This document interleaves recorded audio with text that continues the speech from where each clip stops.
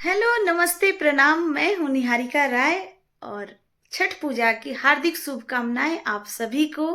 तो आज छठ पूजा का दूसरा दिन है और कल पहला दिन था जो कद्दू भात होता है। बहुत ही सामान्य और शुद्ध भोजन जो है वो खाकर जो व्रती हैं, जो जो व्रत करते हैं, जो व्रती होते हैं, वो कद्दू भात खा के अपने व्रत की शुरुआत करते हैं। तो कल खाए नहाए का दिन था और आज दूसरा दिन है खरना का। खरना का अर्थ ही होता है शुद्धता। शुद्धता से इस व्रत को किया जाता है। तो आज खरना का दिन हम कैसे करते हैं, तो आइए मेरे साथ इस व्रत का अनुभव कीजिए। वैसे तो मैं ये व्रत नहीं करती हूँ, पर मेरी जेठानी जी, मेरी भाभी जी ये व्रत करती हैं, तो उनके साथ हम इसका अनुभव आपके साथ शेयर करेंगे। तो अभी मैं जा रही हूँ रेडी होने खरना के लिए। बाकी आगे मैं अपने आगे वीडियो देखते रहिए, मैं इसमें सारी चीज़ें आपको बताऊंगी। तो फाइनली मैं यहाँ रेडी हो चुकी हूँ। तो यहाँ मेरी भाभी जी जो हैं वो चूल्हे की पूजा कर रही हैं। ये प्रसाद बनेगा, तो प्रसाद बनाने के लिए हम सबसे पहले चूल्हे की पूजा करके फिर इसको बनाने की शुरुआत करते हैं। तो यहाँ जो चूल्हे की पूजा कर रही हैं वो भाभी जी, तो ये चूल्हा जो है वो नियमतः तो मिट्टी का होना चाहिए और आम की लकड़ी को सबसे शुद्ध लकड़ी माना जाता है। तो इसलिए आम की लकड़ी से ये प्रसाद बनता है नियम के अनुसार। बट ये शहरी रहन सहन में इन सारी चीज़ों की व्यवस्था करना थोड़ा मुश्किल होता है, जिसकी वजह से हम सब इस तरह से इस प्रसाद को बनाने की तैयारी कर रहे हैं। तो हमारी जेठानी जी यहाँ पे पूजा कर रही हैं और मैं यहाँ पे गुड़ को क्रश कर रही हूँ। वो गुड़ भी शुद्ध माना जाता है, हम लोग चीनी नहीं डालते हैं इस खीर में। इस खीर को हम लोग रसियाव कहते हैं भोजपुरी में। तो ये जो हमारे महापर्व का महाप्रसाद जो होता है वो होता है रसियाव, यानी कि खीर और घी वाली रोटी। तो रसियाव बन चुका है और यहाँ हम दोनों देवरानी जेठानी मिलकर रोटी बना रहे हैं।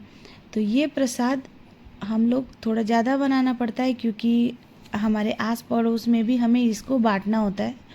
ऐसा माना जाता है कि इस प्रसाद को जो भी खाता है उसके सारे दुख दूर होते हैं, छठी मैया का कृपा उन पे भी बरसता है। इसमें ये माना जाता है कि जो व्रती होते हैं उनमें ही छठी मैया समाहित होती हैं। तो इसलिए हम लोग, छठी मैया का कोई मंदिर नहीं होता, तो हम लोग उनको ही मानते हैं। तो मैं यहाँ पे खीर को देख रही हूँ कि खीर कैसे बना है, और खीर को मैं यहाँ पे रख के फिर इस रूम को क्लीन करना होता है, क्योंकि यहाँ पे पूजा होगी। तो झाड़ू नहीं लगा सकते, क्योंकि झाड़ू नहीं लगाना चाहिए। तो यहाँ मेरी भाभी जी रेडी हो के आ चुकी हैं और यहाँ पे मैं फ्रूट कट कर रही हूँ उनके प्रसाद के लिए। तो यहाँ पे वो इस प्रसाद को वो खाएंगी, तो हम ऐसा मानते हैं कि छठी मैया खा रही हैं। और इस तरह से छठ पूजा का ये खरना का व्रत मनाया जाता है। तो यहाँ पे मैं उनके लिए प्रसाद निकाल रही हूँ। पहले भाभी जी इस प्रसाद की पूजा करेंगी छठी मैया को याद करते हुए। तो ये आप सब देख सकते हैं, इस तरह से वो छठी मैया को मान के यहाँ पे उनको टीका लगा रही हैं, फिर उनकी पूजा कर रही हैं।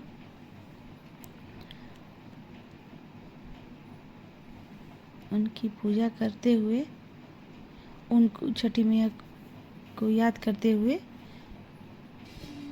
आशीर्वाद ले रही हैं छठी मैया का वो खुद ही। तो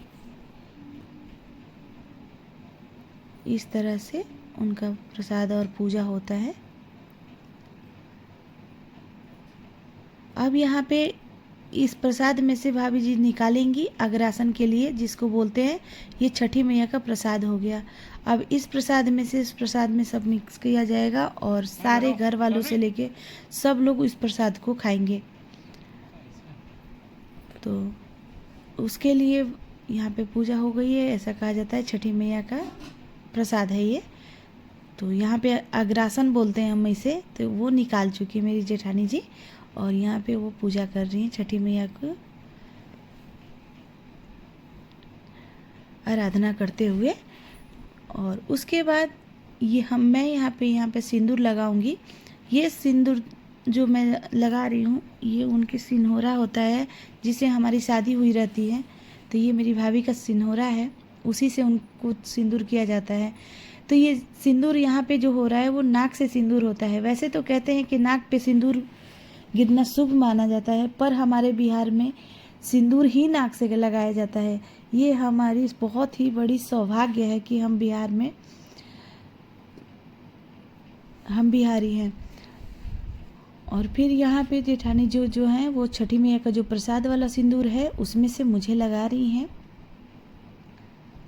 तो हम लोग इन्हीं की सेवा करते हैं, क्योंकि ये जो हम मानते हैं कि जो व्रती होते हैं उन्हीं में छठी मैया समाहित होती हैं। इस सिंदूर को भी प्रसाद होता है, इसलिए सबको ये सिंदूर लगेगा। तो यहाँ पे ये खुद ही हमें लगा रही हैं।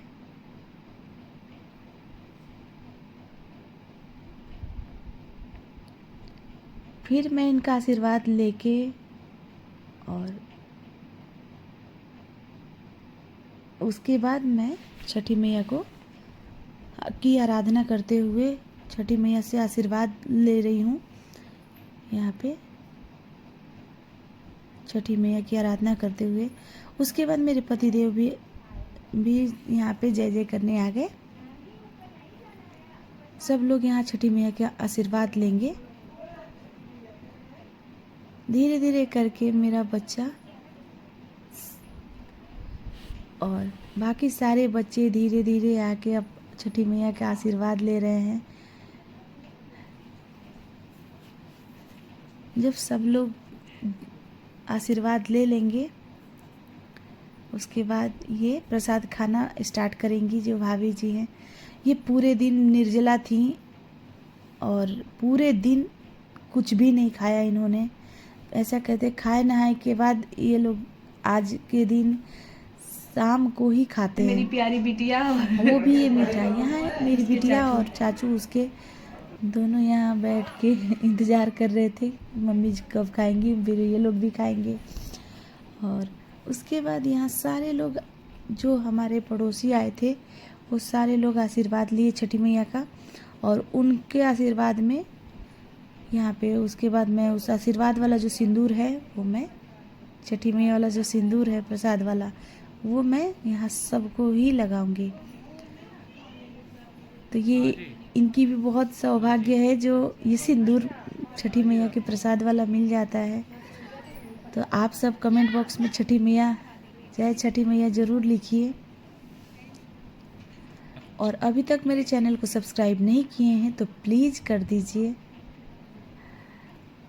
यहाँ एक क्यूटी सी प्यारी सी दुल्हनिया, इसको मैं सिंदूर लगा रही हूँ और थोड़ी हमारी मस्तियाँ भरी बातें।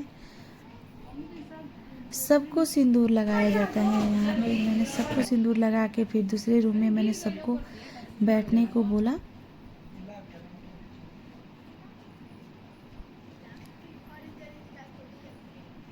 क्योंकि ये सारा प्रसाद खा के जाना होता है।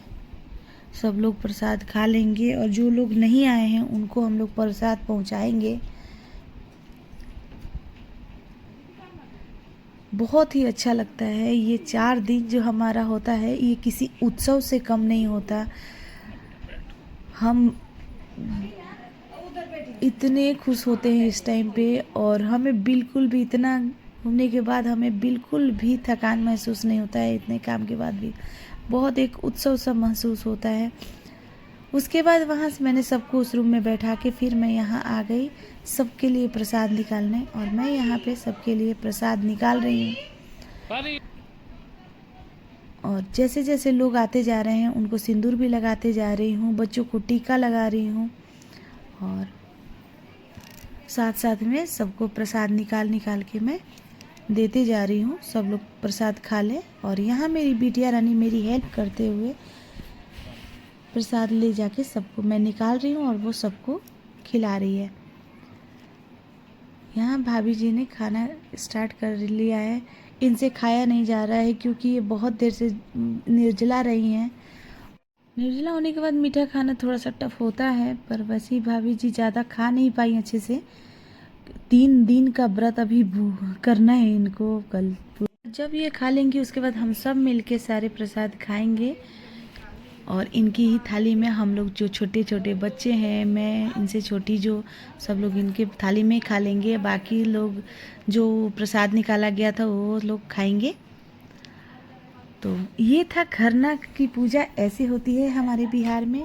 तो आप सबको कैसा लगा?